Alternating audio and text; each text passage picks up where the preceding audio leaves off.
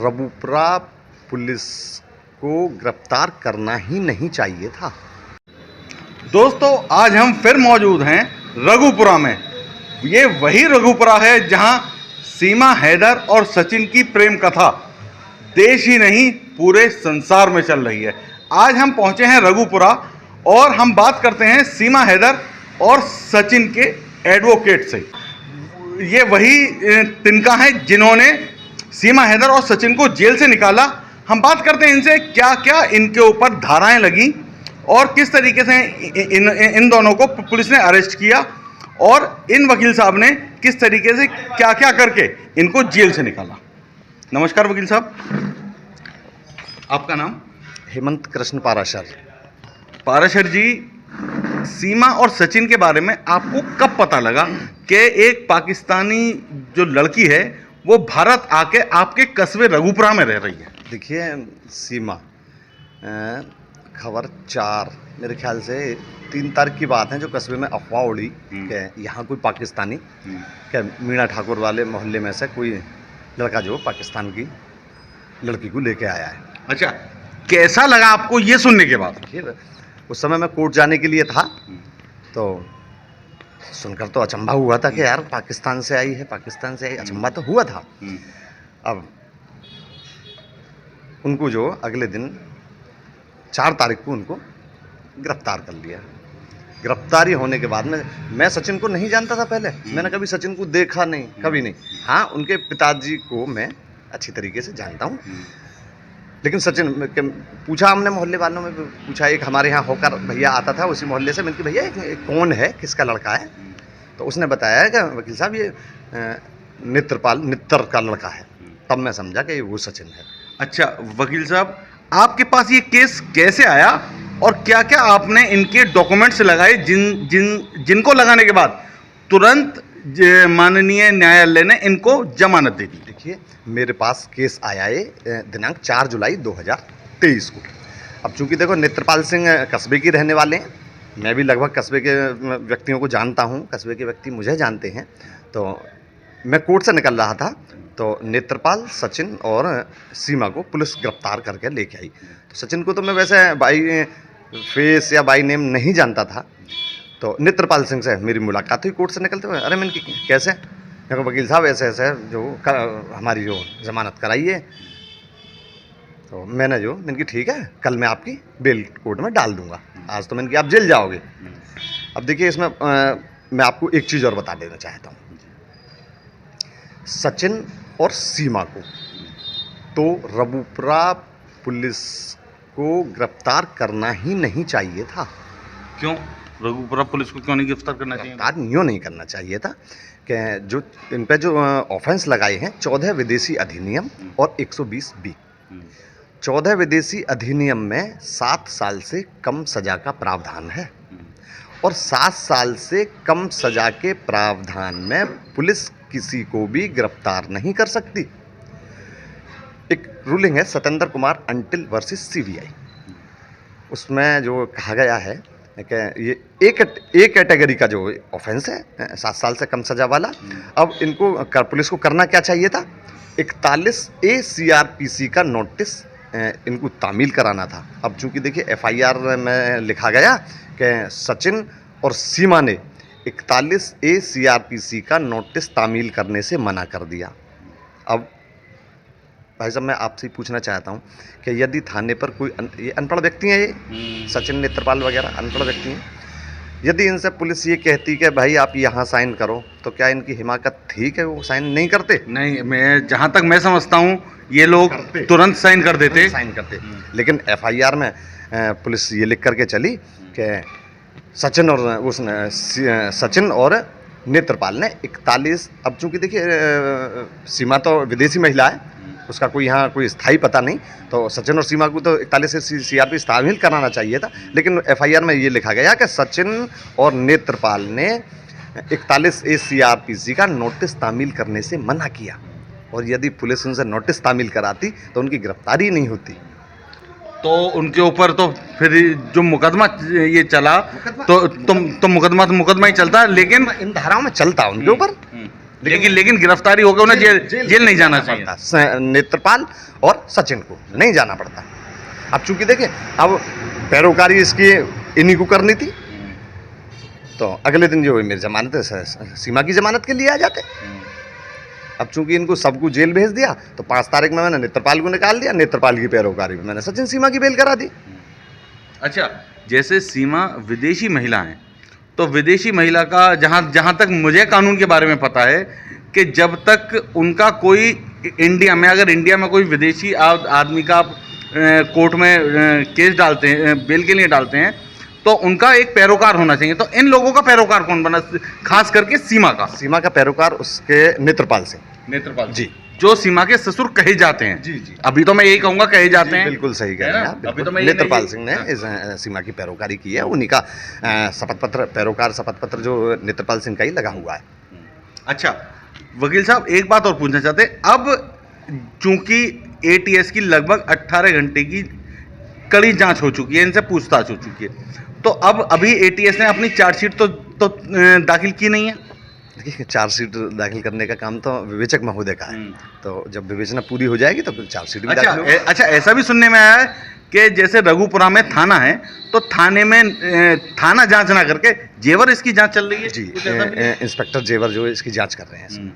अच्छा, जैसे कि वकील साहब, ये विदेशी महिला इंडिया आ गई है, बहुत सारे विदेशी हैं जो इंडिया में रहते हैं और नागरिकता ले चुके हैं, तो उन लोगों को नागरिकता किस तरीके से दी गई है और इसको दी जाएगी या नहीं दी जाएगी? सुनिए, नागरिकता जो अधिनियम है, यदि आप उसको पूरा सुनना चाहेंगे तो मैं बताता हूं कि बहुत थोड़ा सा भी समझाने में पूरा दिन निकल जाएगा। अच्छा, पूरा दिन निकल जाएगा। मैं थोड़ा शॉर्ट में सबसे पहले मैं आपसे यही बात करना चाहता हूं कि अक्षय कुमार विदेशी हैं और वो इंडिया में रह रहे हैं।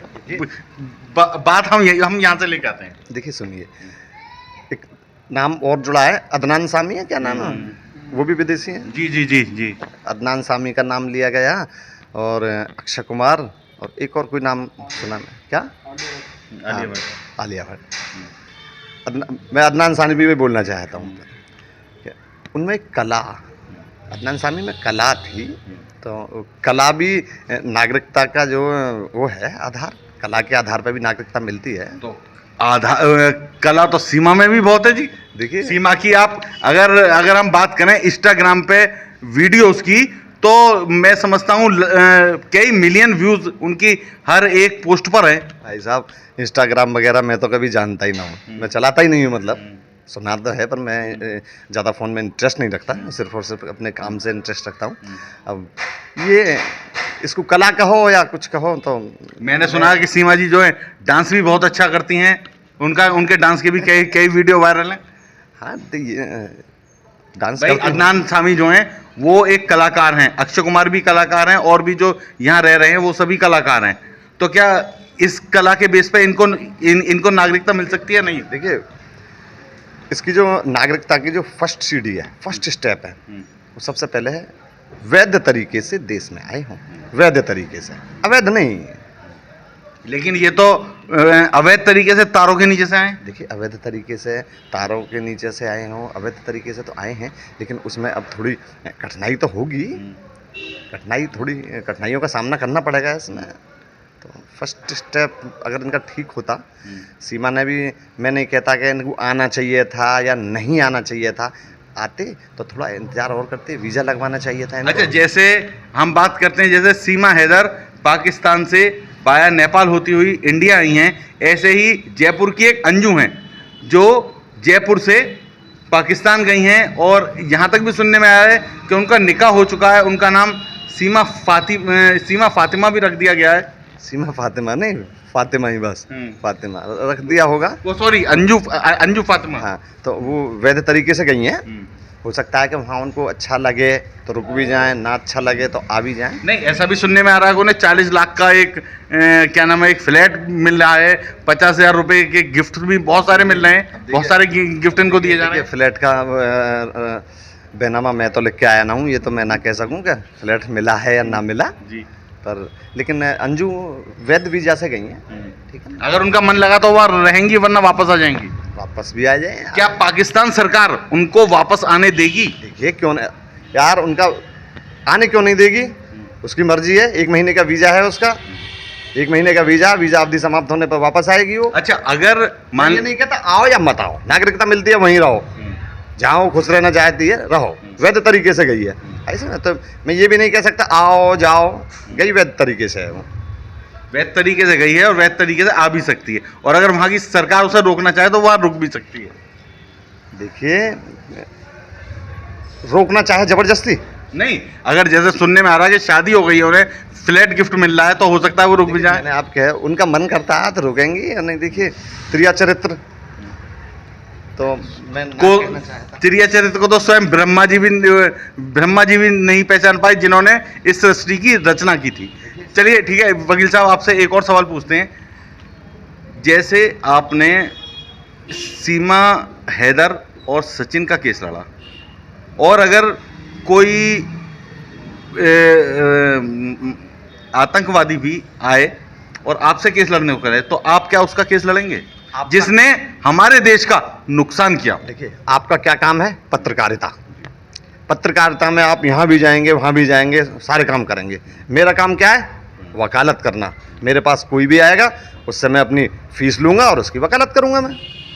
तो मतलब आप ये नहीं देखेंगे कि वो हमारे देश के हित में है या अहित में है? भाई साहब मैं तो एक दुकानदार हूँ, मानिए छोटी सी बात मान के चलिए, तो दुकानदार का काम है कि वो सामान अपना विक्रय करे जो भी उसके पास आए। तो मेरा काम वकालत करने का काम है, तो वकालत ही करनी है मुझे। कोई भी क्लाइंट आए, विदेशी आए देसी आए, कहीं का भी आए। अच्छा, अब आपको जैसे कि अभी चार्जशीट कोर्ट में दाखिल नहीं हुई है सीमा और सचिन की, अगर चार्जशीट दाखिल होती है तो इस केस अगर यहाँ से इन्हें बेनिफिट नहीं मिलता है तो आप कहाँ तक जाएंगे इस केस को लेकर? देखिए मुझे मुकदमा चार्जशीट दाखिल होने के बाद में कुछ कहा जाएगा। जब कोर्ट में चार्जशीट दाखिल हो जाएगी उसी के बाद में कुछ कहा जाएगा। अच्छा, कुछ जो रघुपुरा की बात नहीं करते, हम पूरे देश की बात कर रहे हैं। कुछ लोग ये कह रहे हैं कि सीमा को भारत में ही रखा जाए, और कुछ लोग कह रहे हैं कि सीमा को पाकिस्तान भेज दिया जाए। तो आपकी अपनी पर्सनल राय क्या है? पर्सनल राय पूछ रहा हूं मैं आपसे, वकालत की राय नहीं पूछ रहा हूं। मेरी पर्सनल राय, और मैं भारत के प्रत्येक नागरिक को भी ये राय देना चाहता हूं, आवाम से कानून नहीं चलता है, कानून से आवाम को चलना पड़ेगा, ऐसा ना। तो कुछ लोगों के कहने से कि सीमा को वहाँ भेज दो, या कुछ लोगों के कहने से कि सीमा को यहाँ रख लो, कानून के दायरे में ही सारे काम होंगे। लेकिन सीमा बार बार हर मीडिया के इंटरव्यू में सिर्फ एक ही गुहार लगाती हैं मोदी जी से, योगी जी से, कि मुझे चाहे भारत की जेल में डाल दिया जाए लेकिन मुझे पाकिस्तान न भेजा जाए। तो ये मोदी जी और योगी जी से अगर रिक्वेस्ट कर रही हैं तो वो मोदी जी योगी जी बताएंगे ना। नहीं, माननीय न्यायालय में भी बहुत से फैसले ऐसे होते हैं कि जो सरकार नहीं ले सकती वो न्यायालय लेते हैं, हाई कोर्ट सुप्रीम कोर्ट लेता है। देखिए मैंने क्या कहा आपसे, कानून के दायरे में ही सारे काम होंगे। कानून प्रत्येक व्यक्ति के लिए समान है, तो कानून के दायरे में ही काम होगा, कोई भी भावनाओं से नहीं, कानून से। तो ये हैं हमारे साथ वकील जो सीमा और सचिन के वकील हैं। ये कह रहे हैं कानून से आवाम चलती है, आवाम से कानून नहीं। रघुपुरा की आगे भी हम आपको इसी तरह की अपडेट देते रहेंगे।